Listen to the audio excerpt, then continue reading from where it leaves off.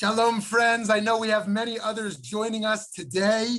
Thank you for all of you who are prompt and already here and ready to go for this fascinating session. Thank you, Temple Solel, for your partnership today on this important topic, the Jews Indian, Colonialism, Pluralism, and Belonging in America, with Professor David S. Koffman, who received his PhD from NYU in 2011, who is a cultural and social historian of Canadian and US Jewries. He holds the J. Richard Shiff Chair for the Study of Canadian Jewry, and is an associate professor in the Department of History at York University, where he teaches courses on Canadian Jewish history, religion in American life, the meanings of money, genealogy as history, and modern anti-Semitism. He earned master's degrees in anthropology, University of Toronto, public administration from Wagner School of Public Service, NYU, and Hebrew and Judaic Studies at NYU, and held an SSHRC Post-Doctoral Fellowship in the Department of History at the University of Toronto. His first monograph, The Jews Indian, Colonialism, Pluralism, and Belonging in America, our topic today, was published by Rutgers University Press in 2019, was the winner of a 2020 Association for Jewish Studies Jordan Schnitzer Book Award, Mazel Tov, and runner-up for the Saul Veiner Book Award of the American Jewish Historical Society. Explores the American Jewish encounter with Native America in the 19th and 20th centuries. His published work has appeared in several volumes of collected essays and in journals, including the Journal of American Ethnic History, the Journal of Jewish Education, Contemporary Jewry, American Jewish History, and the Journal of the Gilded Age and Progressive Era. His newest book project, we'll have to have him back for this one, an edited volume entitled No Better Home, Jews, Canada, and the Sense of Belonging, was published by the University of Toronto Press in early 2021. He serves as the Associate Director of York University's Israel and Golda Koschitzky's Center for Jewish Studies, and is the Editor-in-Chief of the journal Canadian Jewish Studies, Études, juives, canadiennes. It is a delight to be here with Professor Koffman. I knew him in the Wexner Graduate Fellowship Program and have always enjoyed learning from him. It's also worth noting that here, as part of our Valley Beit Midrash, our Jews for Justice program is in deep dialogue work with Native communities. I also see Emily, who's on here, who's a member of our community, who is both Jewish and Native. So this is a big part of our work intellectually and in our social activism. Professor Koffman, thank you for joining us. Thank you so much for that thorough introduction, Rabbi Shmuley. It's really nice to be here. Thank you, Pam, for helping all the organizing. And thank you all, of course, for coming as well. I'm speaking to you from Toronto, which is on the territory of the Haudenosaunee and Anishinaabe peoples, and the Wendat and Métis. Many indigenous peoples have lived here. It's land around the Great Lakes, which is land that's covered under the Dish with One Spoon Wampum Belt Treaty Covenant, which was an agreement to peaceably share the land and the resources around the Great Lakes. I suppose you might be in lots of other places, not just in the Phoenix suburbs there. So, it would be smart at some point for you to have a look at part of the rich, diverse, and probably troubling part of Native American history My plan today is to go through some of the major themes of the history of Jewish encounters with Native people. I'll kind of go through it chronologically, just give some kind of high-level, interesting highlights. And I've picked some examples specifically from Arizona. It turns out there's a lot in my book. There's probably more than 40 different little case studies or subjects or citations. But what I have to say today is really applies in similar ways to most of the Southwest. And there are some similar overlaps in broader territories in sort of the west of the Mississippi, the American West. And depending on the lens we use, some really stark, interesting parallels, not only with the American Jewish encounter with indigenous America, but with an even broader history of modern Jews across the Americas in general, in Canada, in Mexico, in Brazil, and Argentina. I'll end up sharing a few words about our most recent time period, the last decade and a half of what I see things that are going on in the North American context with Native American and Jewish groups, because I want to emphasize that this is not just a history from the past, but one that informs the present and is ongoing. And I'll try to keep it, relatively short so that we have lots of time for Q&A and discussion. And that's the plan. So if you can see my screen, can I get a thumb? If you can see my screen, all right? Okay, great. So I'm just going to take you through some slides and talk them through, and maybe actually get a volunteer reader if someone's willing to do that. Actually, maybe Shmuley, I'll ask you to be our reader since I can't see everyone Great, and sounds share good. the screen. So give me a read of this source. Okay, this is by Rabbi Isaac Leeser, What Can Be Done, 1852, Lost Tribes, 1650s to 1890s. The son of the weary foot had been there on the plains where the buffalo's hoof makes the soil ring with his measured tread. Before civilization had ventured to plant her standard by the banks of the silent Platte or remote Arkansas, and before the fierce and silent Indian had caused to dread there the advance of the honeybee and the sure following foot of the white intruder. And now behold where you find the men of Jacob. Yes, we tell our readers that here in America, we are destined to act our part on the theater of life. So the kind of first real chapter in the history of Jewish and Native American engagements is this very long-standing belief in the myth, the falsity that American Indians somehow descended from the lost tribes of Israel or made connections with ancient Israelites or were somehow connected to the biblical narrative. These claims were put forth starting in the middle of the 17th century, and they really lasted, interestingly, like into the very early 20th century, where you'd find popular versions of this claim by all kinds of people who had all kinds of reasons to marshal this claim, to think that it was true. And in my read, the most fascinating thing is that this claim made Jews and Native Americans family of some sort. They made them to one people.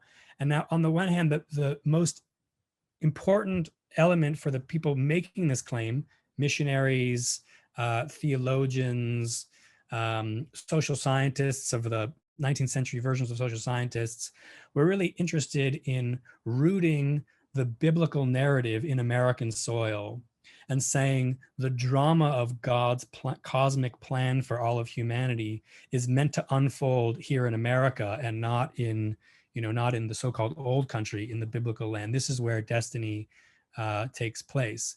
And the Jewish response to this claim was mixed bag. There were some Jews who thought that this was clearly hokum and, argued against it. But there were some Jews, including America's leading Orthodox thinker from the 19th century, Isaac Leeser, and many others, who thought that the claim had some validity. And whenever something whenever something was discovered, some stones or inscriptions or something that kind of led claimants to say, oh, there's something about this particular Native American tribe that looks like we know we have something that counts as evidence that ties them in some way to the ancient Israelite cult that mostly readers knew about from reading Nach. It was marshaled as evidence. So in this, we have a very excited source from a newspaper, who's telling his Jewish readership that yes, we Jews have a place in the destiny of America and in the destiny of God's theater of life.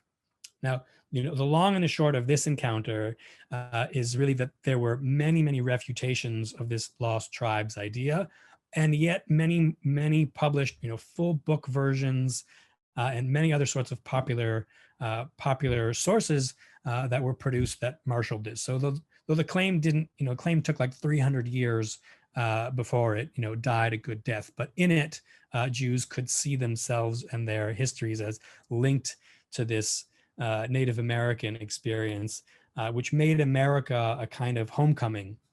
America was not one more place of exile, but instead was a place where Jewish destiny might unfold. Okay, so there's much to say about this, but this is kind of the first zone.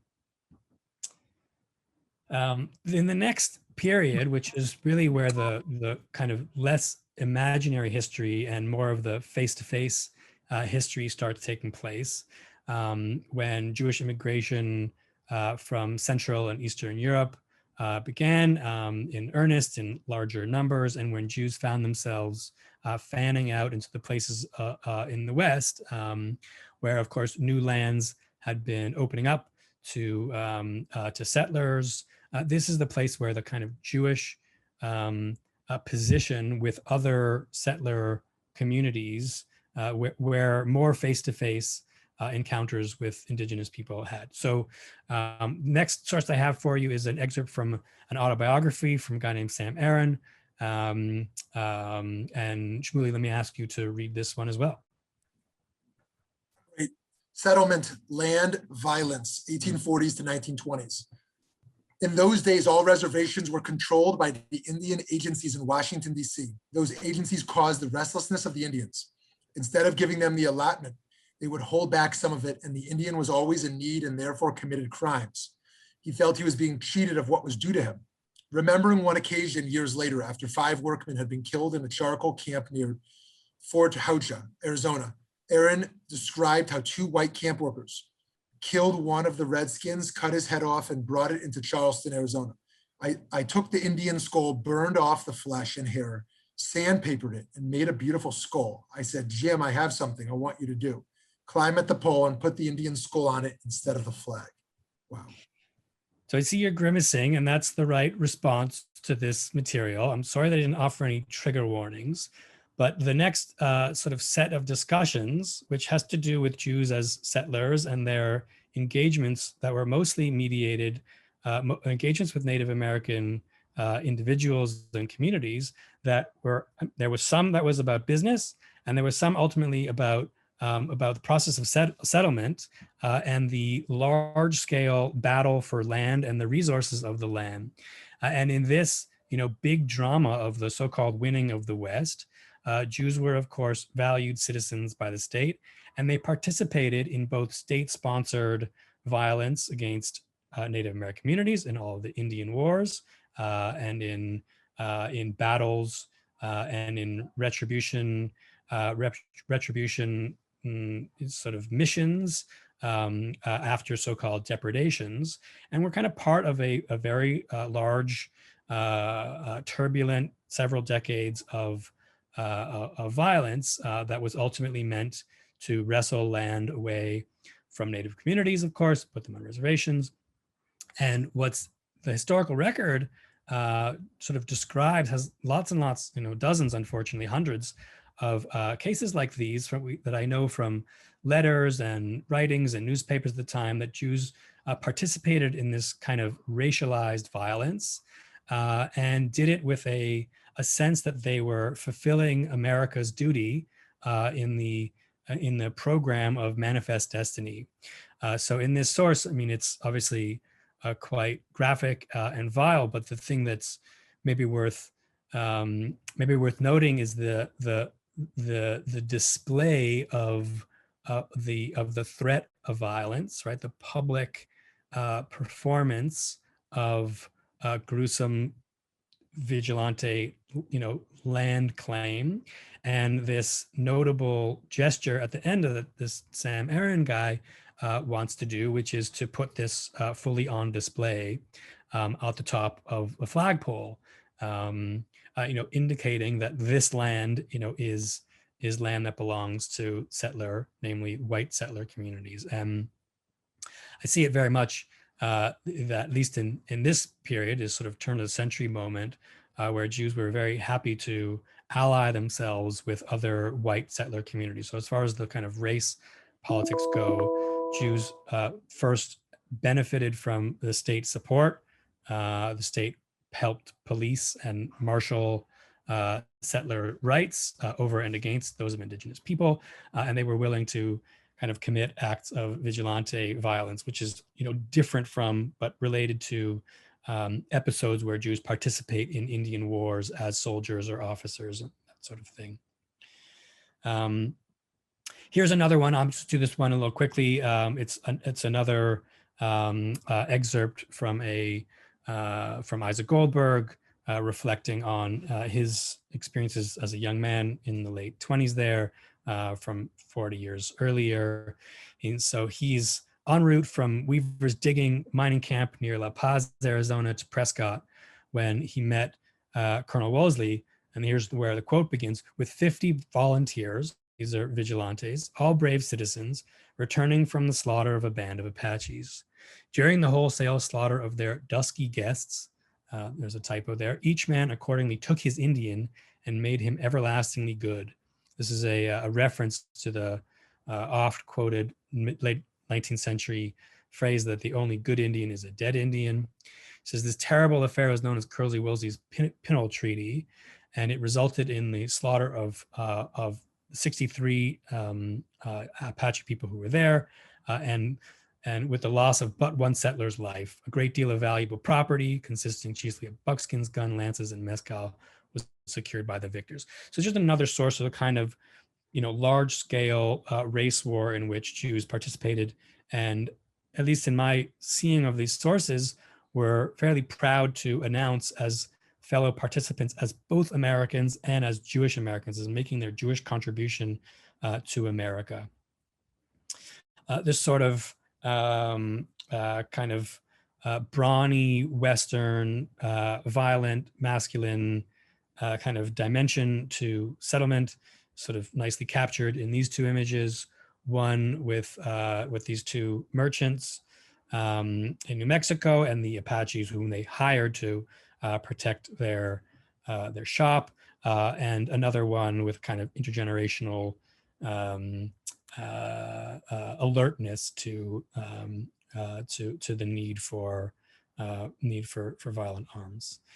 And one final one, just on this tip, about William Zeckendorf, who some of you may know is part of the state legislature for Arizona and sometimes considered one of Arizona's sort of founding figures. Anyway, there's a story here. Despite his efforts to escape into the mountains after an episode in which there was some attempted theft from his store, his memoir describes, or a newspaper describing his experience reads that this wild savage, this Indian man who had tried to steal some clothing from his merchant shop, he was quickly surrounded by Mr. Zeckendorf and 3 of his Mexican companions. The thieving Red was forced to submit and did not condescend to stretch himself at ease until after his chest had been traversed by 16 bullets.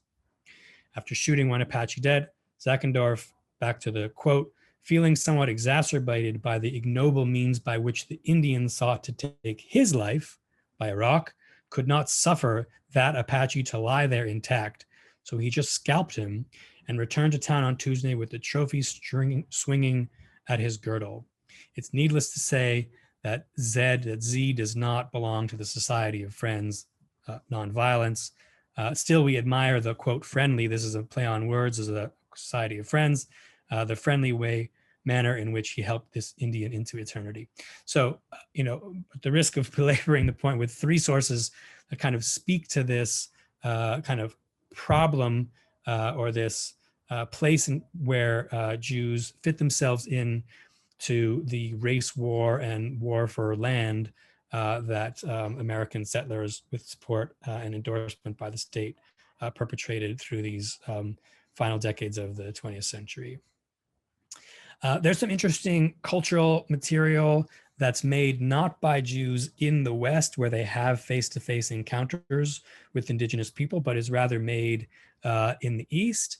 And these are by Jews who don't have any actual Western bona fides. They don't see themselves as part of a frontier world.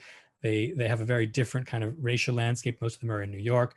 But these Jews in the East at the turn of the century and into the 20s and 30s produced this pretty interesting, rich body of pop cultural material that references the West and references Native American people. And in sometimes, like in the Big Chief Dynamite poster that you see here for a song, they kind of Indianize their Jewishness. Or in some cases, like later in the famous Mel Brooks movie, would put Yiddish into the mouths of the Indian characters that they create. Or likewise would put Jewish bodies, Jewish souls into kind of Indian bodies. And there was a kind of goofy play of shared identity, in some case shared sympathy. And it's a literature and pop cultural world that has it that Jews can't really make it in the West. They kind of reproduce the tropes of the Jewish Schlemiel, of the man who doesn't really have enough brawny masculinity in this kind of make it or break it world of the West to survive. And instead, they manage to survive through wit or subterfuge or masquerade, and they kind of klutzily find their way in the West. And how Jews in the East, when they were imagining the West, talk about, the frontier West is very different from how Jewish communities in the actual West see themselves as participating in who they are in this American drama. So I'm going to play you just an excerpt from this song, if I can get this to work. I'm not sure that I can. Anyway, you can look it up if you're interested in hearing what some of this pop music from 1908 sounds like. You can open up another tab on your computer and type in "I'm a Yiddish Cowboy" by Edward Meeker, and you can have a listen to the song. Oops. So as I mentioned, if part of the kind of Western Jewish reason for encountering Native Americans was partly in order to be part of, part of the land war, which was racialized. The other part was through business encounters. And as you probably know, there were many Jews, especially young male Jews, who kind of got their starts, their business legs underneath them by peddling and by fanning out on peddling trade routes throughout the West into small towns, mining towns, rural zones. They indeed traded as well,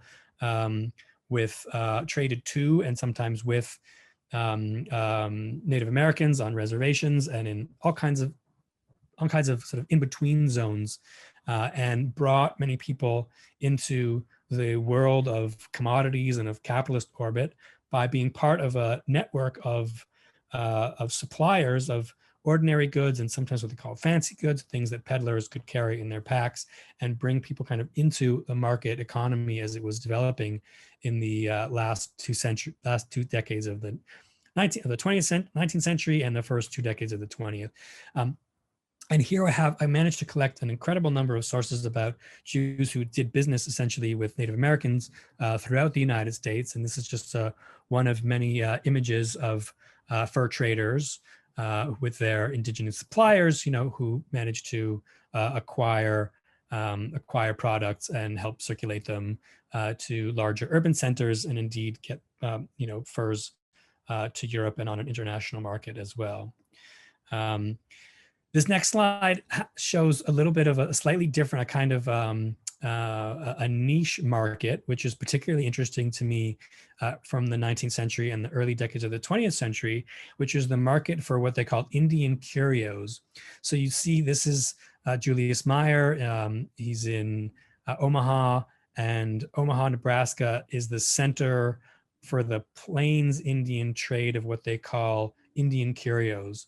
So this is the market that emerges in the late 19th century for things Indian, for totem poles and for baskets and for headdresses and for moccasins and all the kinds of objects that symbolize Indians to the white buyers who consume them. Now, what's fascinating is that not only, so the center of the Plains trade is there in Omaha, Nebraska, but there's also a Pacific Northwest trade, which is centered in Victoria, British Columbia, and a Southwest trade, which is centered in Santa Fe. And in each of these three cities, a disproportionately large number of the merchants in this market are Jewish merchants. They sell objects and collections of objects to one another so that they can sell larger kind of pan-American Indian products through mail order, through tourism. And they also end up selling and supplying a lot of the artifacts that make their ways to all of the burgeoning ethnological museums that are built up over the course of the late 19th century, early 20th century, all across North America, and indeed to the collections that are put together in anthropology and sometimes natural history museums in Europe.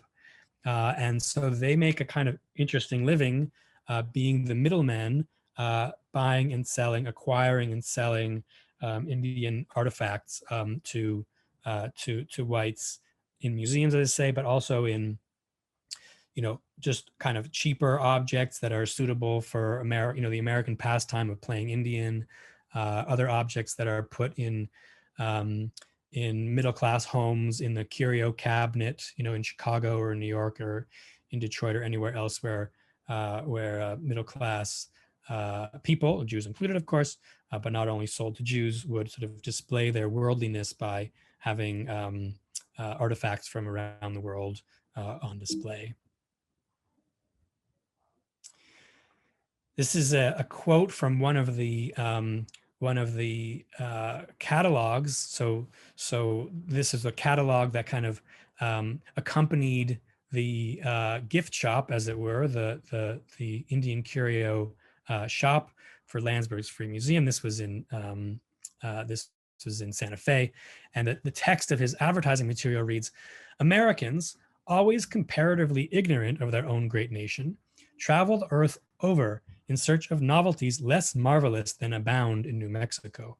The undersigned has known and been known by the people of New Mexico for 27 years. He's familiar with their country, their customs, and their languages. His collectors are all the time gathering curios from the remotest parts of the territory where the stranger could not penetrate." Notice the kind of sexual language there. "There is no archaeological treasure which does not come into his hands, from relics from the Stone Age to implements used by the Aborigines of today. All articles are genuine, and it is well known by New Mexican travelers that each article can be bought more cheaply from the Indians themselves." It was part of a kind of elaborate marketing ritual, which sometimes involved costume and kind of going Indian, that these Jewish curio traders used to help boost and create this kind of market for things Indian. Okay, I'm going to pivot quickly now and move us deeper into the 20th century, closer to our age, and present a totally different kind of encounter between Jews and Native Americans that begins in these middle decades of the 20th century, which is that there are lawyers and activists, there are anthropologists, social scientists, linguists, even some rabbis, who in the years before the American Indian movement arises, before the American Indian Civil Rights Movement itself arises, take on what they call Indian uplift, take on Indian social justice work as their own, and they do so fairly explicitly as Jews in some cases, and in some cases very quietly about Jews. But if we pluck out, dozens and dozens of people in different states, including Jews who work for the federal government under the Indian New Deal, under the New Deal administration, as Roosevelt appointments in the Department of the Interior, they produce and promote probably the most progressive set of federal laws and policies and ideas that are most aggressively pro-Indian that America had ever seen up until that date. And one of the heroes of this part of the story is a lawyer named Felix Cohen. He was the son of the famous Jewish legal philosopher Morris Raphael Cohen.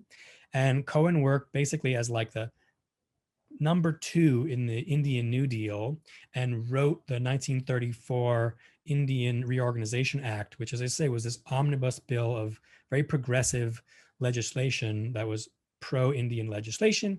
It included the right for tribes to sue the federal government for the first time for damages, for treaties that were broken and other sorts of damages.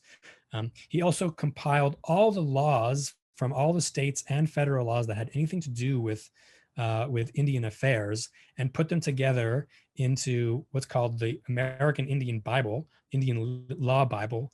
It's sort of referred to that way. And it was a kind of go-to for decades and decades, still is used, a kind of go-to resource for lawyers who were involved in various kinds of justice claims for Native Americans. So he wrote about Indians very widely to Jewish organizations and to the public, more importantly, as well. And in one of the articles that he wrote, we have this claim that Felix Cohen says: "We have a vital concern with Indian self-government because the Native American is to America what the Jew was to the Russian czars and Hitler's Germany. For us, the Indian tribe is the miner's canary, and when it flutters and droops, we know that the poison gases of intolerance threaten all other minorities in our land. So Cohen and a whole cohort of Jewish advocates are really pushing Americans as Americans to live to a better standard for America. And you'll see this couldn't be a more dramatic pivot from some of the sources that we were seeing just a decade before in the West, where Jews were very eager to participate in the so-called winning of the West in this kind of violent race war.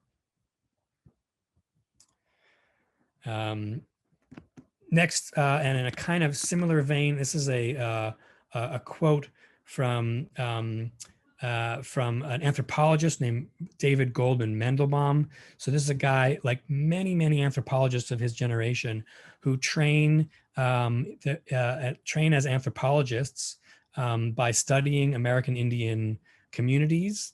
They do this principally at Columbia and at Yale under other Jewish anthropologists who pioneered the discipline: Franz Boas, Edward Sapir, Leslie Spear.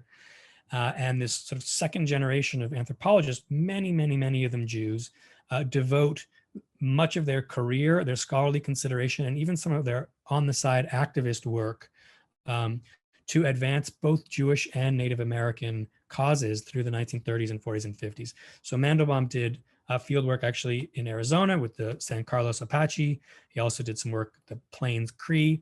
And later in the 30s and later as well, he also did ethnographic work among Jews, including Jews of Urbana in Connecticut, and eventually became well known for his anthropological studies about Jews in India, the Kola and Cochin Jews of India.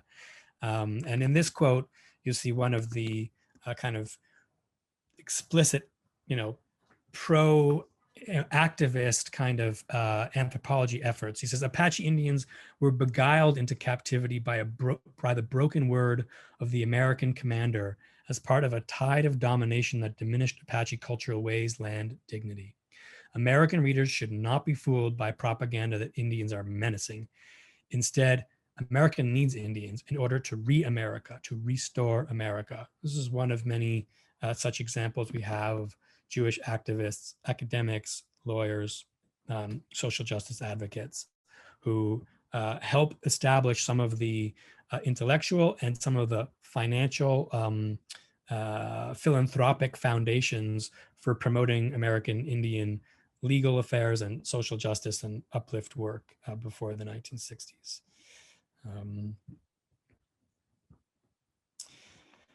A brief word about sort of what's been going on in the last couple of decades. There are many sorts of encounters and engagements that Jewish, not only individuals and scholars, but communities, religious communities, cultural communities, JCCs and the like, have been developing. Some of them revolve around seeing parallels in the histories of indigenous and Jewish persecution, genocide, suffering, resistance to suffering, resistance and resilience. There are all kinds of other claims that are being made and efforts to produce rapprochement and other, themes to explore that have to do with environmental solidarity.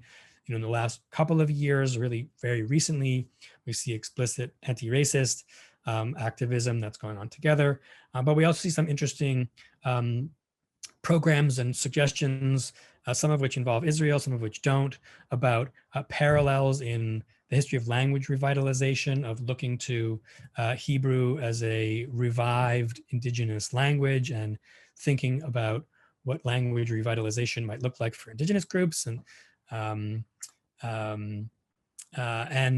of course a discussion about sovereignty and indigeneity claims, which is the kind of itchiest element of contemporary, the last 10 years or 15 years of discussions between and about Native Americans in the Jewish popular press, and discussions about Jews in Indian country and among Indian intellectuals and writers, which is about how do we compare, or do we compare how do we think about Zionism? Is it a post-colonial, anti-colonial model? Indians ought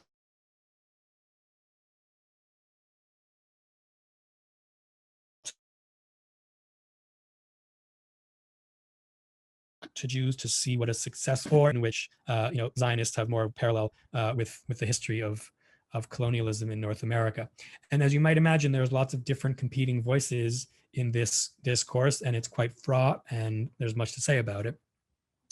And then the final element, which is perhaps something like what I'm doing here, which is some kind of educative effort of Jews, maybe not, of Jews sort of thinking about the Jewish involvement in American and Canadian and colonial history, and trying to come to terms or start wrapping people's heads around what it means to recognize Jews' place in settler states. So there are some young activist groups that are kind of doing this work.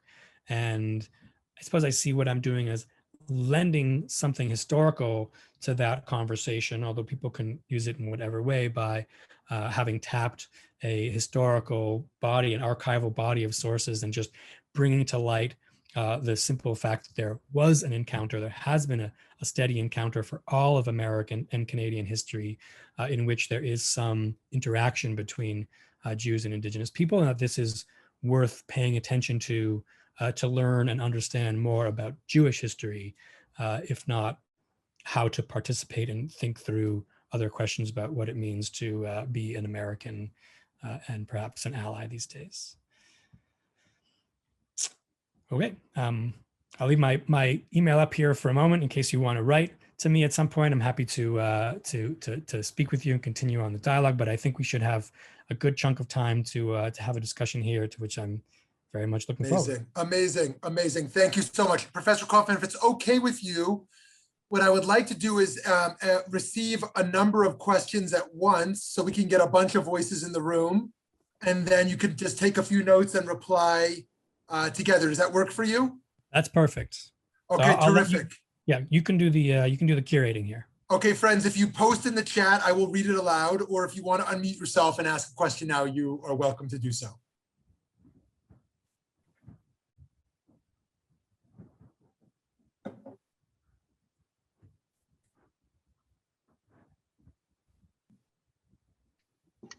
Hi, thank you. This is Rabbi Avi Rosenfeld from Seattle, Washington. Thank you for the presentation. Just on the pulp culture side, I was wondering where you would place Little Big Man, the film, in this sort of discussion. I don't know to what degree beyond Dustin Hoffman's involvement there were Jews that were involved in that production, but just curious to hear your sort of assessment of, I know for me growing up, that was a huge part of what my education about what was different about cowboys and Indians and what the real experience, or at least the Hollywood's perceived real experience, was for Native people.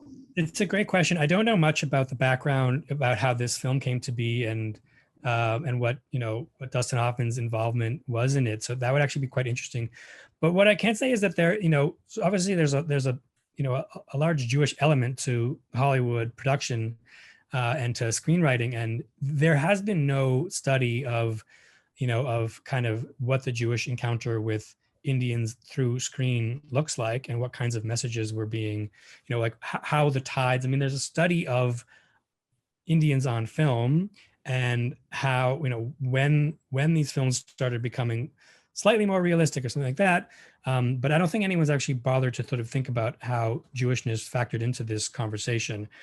There were certainly Jews that were asked to serve as stand-ins, as extras and as doubles playing Indigenous roles. And I guess I would say that the film world should probably be in dialogue with another Jewish world that was not meant so much for mass popular consumption, but compare it to cultural products that were made for Jewish consumption. I'm talking about literature, poetry, comedy, for Jewish audiences. There is a book that dealt with a little bit of this. It's called Members of the Tribe, Native Americans in the Jewish Imagination by a literary historian named Rachel Rubenstein. It's deals a little more highbrow literature and not pop stuff, but I think there is where to go there. And I think it would be interesting to look at specific case studies. there's the literature stuff has been written about a tiny bit more, but the film is pretty open. Great. We have a question here from Love Wallace, who says, in your research, have you found the crossovers, connections to be similar or different between Jews in the US and Jews in Canada? So this question is specifically about like Jewish encounters with Indigenous people in Canada and Jewish encounters with Native Americans in the United States. I'll assume that that's the question, not about Canada and the United States Jewries in general. I'm happy to answer that second question, but specifically with regards to Indigenous encounters, I'd say on the top level, it's a pretty similar story. This is really a continental-wide story. And although I haven't fleshed out all the research, I think that it's probably a hemispheric story, and perhaps even a story where there are really interesting, notable parallels between how Jews who are immigrants to other places where there are colonial worlds, like in Australia and New Zealand and South Africa. You might find really similar stories of Jewish Indigenous connections there. And I think this really ought to be seen at that macro scale. Before we start looking at the differences, it makes more sense to think about these similarities. And I think the reason to do that is if we see Jewish modernity as part and parcel of a process of settlement expansion of empires, the British most importantly, but other empires too that fan out to the North American continent and to the global South, and Jews come along for this project and play a role, often as early movers on the markets, but also as people who are really willing to be agents of these colonial enterprises. We see sort of the basic terms of Jewish modernity as being attached to global empires instead of being attached strictly to questions about liberalism and about whether, about citizenship. Because in all these places, in Canada, in the United States, and in Argentina and Australia, Jews are citizens from the get-go. And these are the places where they move when they leave the Austro-Hungarian and the German and all the other empires, the Russian Empire, that really transforms Jewish life in the 20th century so much. Great. I'm going to read one more from the chat, and then we'll invite folks to unmute themselves again. Lauren is asking, is there a Jewish Canadian organization working towards reconciliation with First Nations?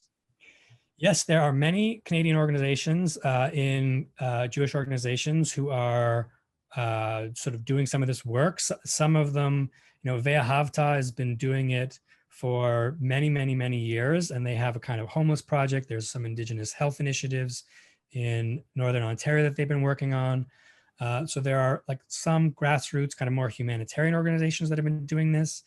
But there's also some more involvement in Indigenous rights and reconciliation issues from CIJA, which is sort of like the AJC of the United States, the Israel, and it's called CIJA, the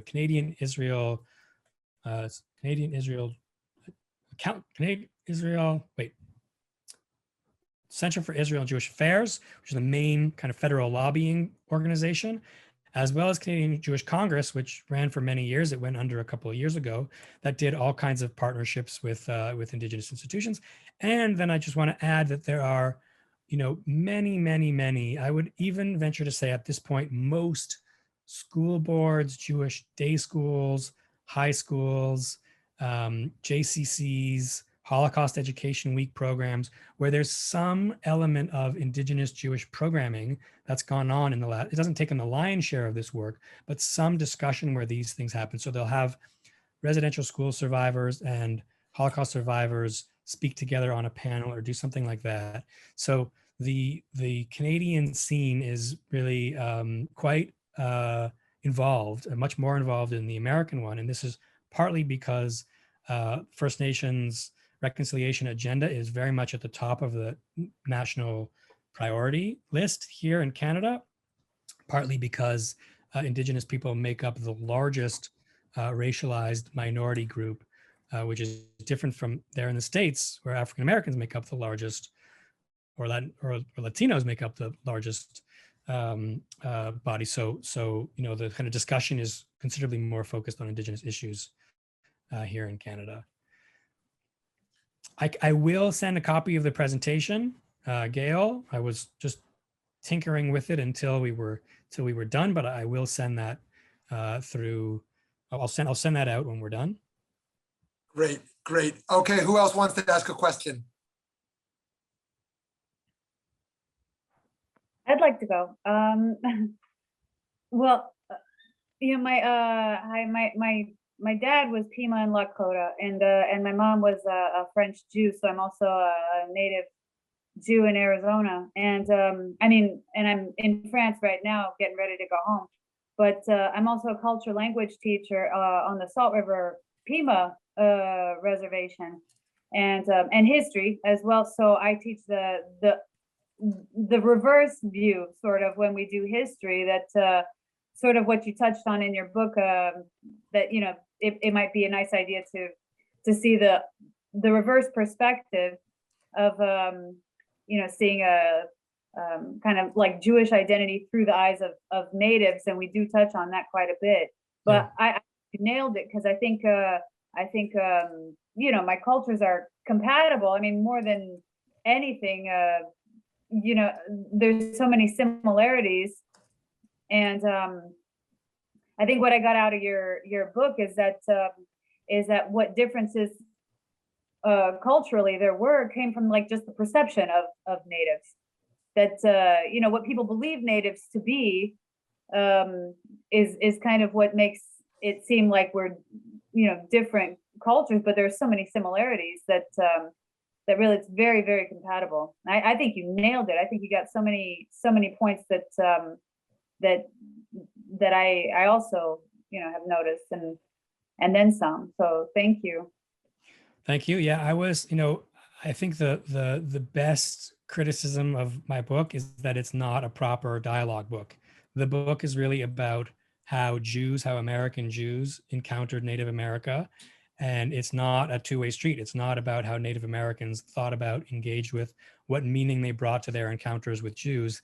How did they understand Jews? When, in what way, what was, and this is definitely a fair criticism of the book. It is not work that I could do and can do, frankly. So I would be really happy to do this. I certainly did encounter some sources, which I made an effort to include in the book, about what about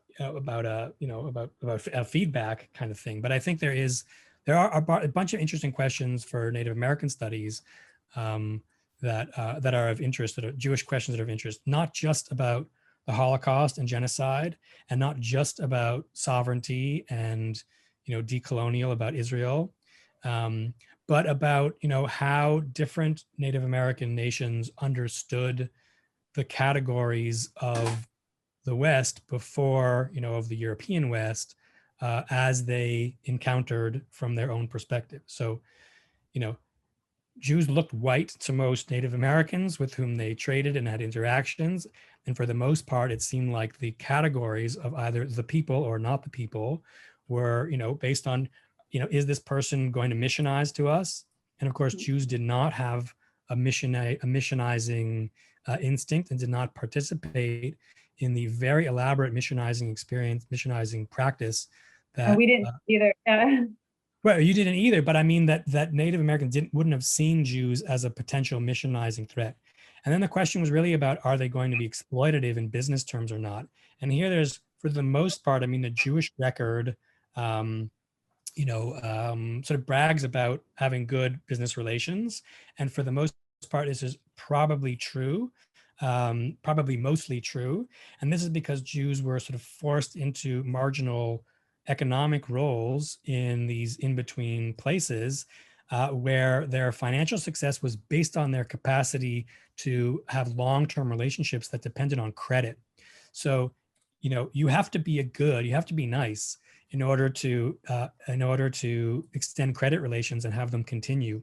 And even though the margins were very low, it was just kind of petty commerce. They did last for many decades, and these were the economic tools that Jews used as peddlers to build up, the classic kind kind of trading post shop or later department store that would serve multiple needs for communities, and for their sort of consumption needs. So this was another way. But when and how national origins made a difference to Native Americans, where the difference between an Irish or Italian or Czech or Jewish white person might have made a difference is not clear. The religion is a little more clear, but not as much. I just want to add one other thing, that there's also just a fascinating current that runs through the book and is something that can be explored in greater detail about sex and marriages, other sexual and filial encounters between Jews and Native Americans in the 19th century. In the 20th century, is obviously a lot more. And what does this look like? I met one graduate student here in Ontario who was starting a PhD, a sociology PhD, studying people who grew up with one Indigenous and one Jewish parent, and wants to study, what this means and what it looks like, and what are the contours and what are the issues. She hasn't finished a PhD yet, and I haven't seen anything published on this yet. But you're not alone. There are many famous, part Native, part Jews, and there are many, many, many more people who share this particular hybrid identity. And it would be very curious to bring more people together and to learn about it and see what's unique and what are parallel. And it's, yeah. Amazing. Do we have any last question? One last question from anyone? This is Rabbi Avi again, a little bit more of a politically sensitive one. I have myself, and I've heard other use as a way of sort of just kind of putting another perspective on the Israeli-Palestinian conflict, and as far as sort of asking people who are bringing this problem up, well, how do you feel about living right now on Native American land? Basically, if you're anywhere in North America, isn't this a little bit problematic for you to be telling people, telling Israelis to have all this sensitivity when this is really something that any non-Native person in America is sort of just living their day-to-day life in that same situation? Yeah, so I think I'll just say a broad comment about this, which is that the idea of indigeneity is deployed by many different people in many different ways, and there is an elaborate Jewish conversation that really happens in fits and starts and in scraps here and there, but it can be unearthed if you pull all of the references together from different sorts of sources. Then you see Jews who are really using language of indigeneity to support their claims and their visions, their moral and their political visions about what's happening in Israel-Palestine, using the language of indigeneity. So it's a political tool. There is, of course, a parallel discussion among Palestinians and their supporters in America and in Canada, where the language of indigeneity is also deployed. And there you will also see some difference of opinion. And for the Americans who are neither Jewish nor Palestinian or Native American, everyone's kind of weighing in the Native American press.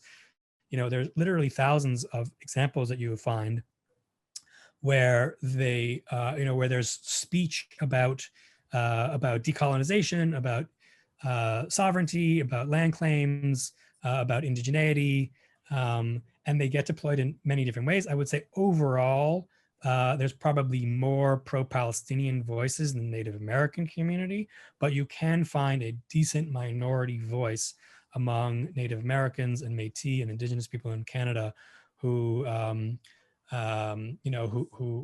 kind of pro-Israel in this sense.